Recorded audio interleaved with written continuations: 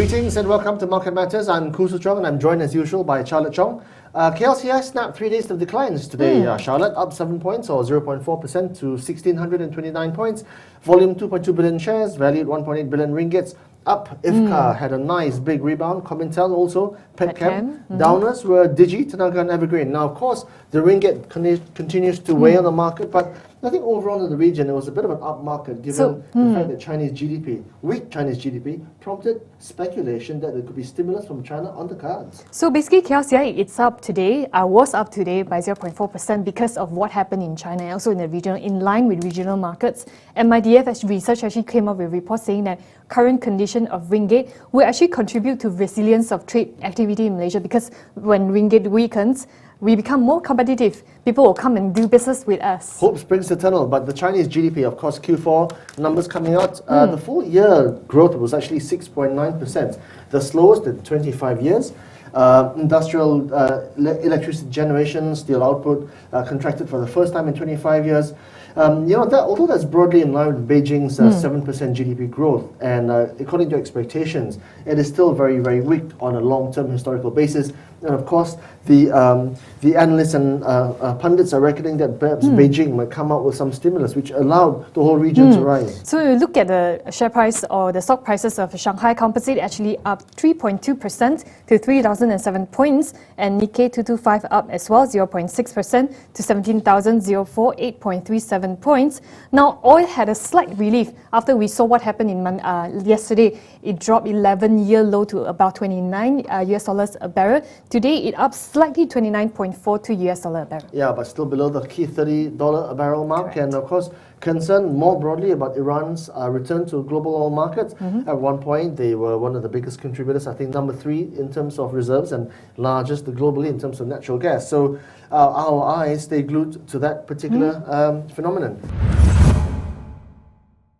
Let's move along to Hotstock, and we've got a noodle maker, EKA Noodles Bhd, formerly known as KKB Resources Bhd.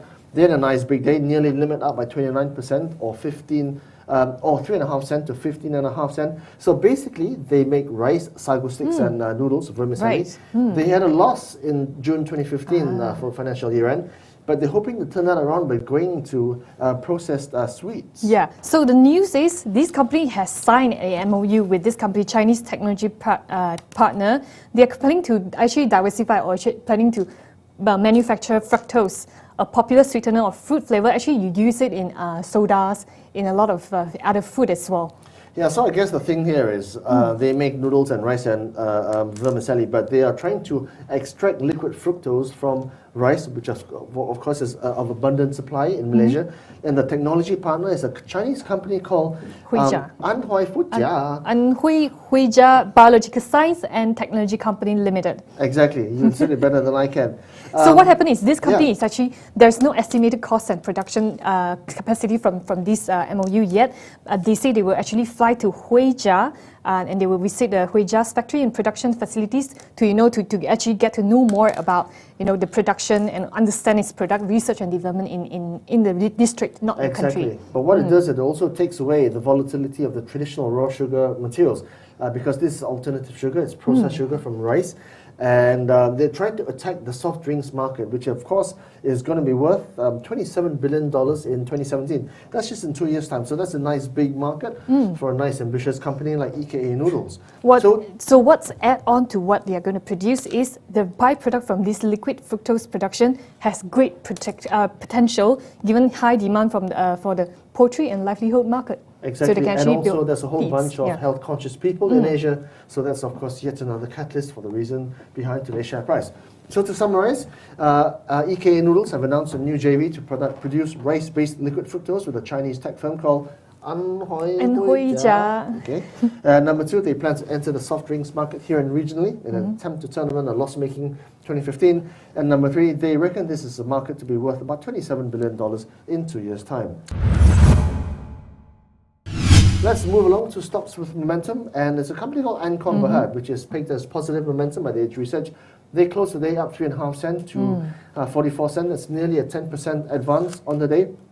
They're predominantly a chemical company. Actually, Ancom is the only stock that pegged as positive momentum by the Edge Research today. Exactly. So it's a pretty pessimistic market today. Look at that. Yeah, exactly. So this is a chemical company. We know them colloquially as a media company because they own Redberry and Malay Mail Online. But most of their revenue actually comes from chemicals, industrial chemicals.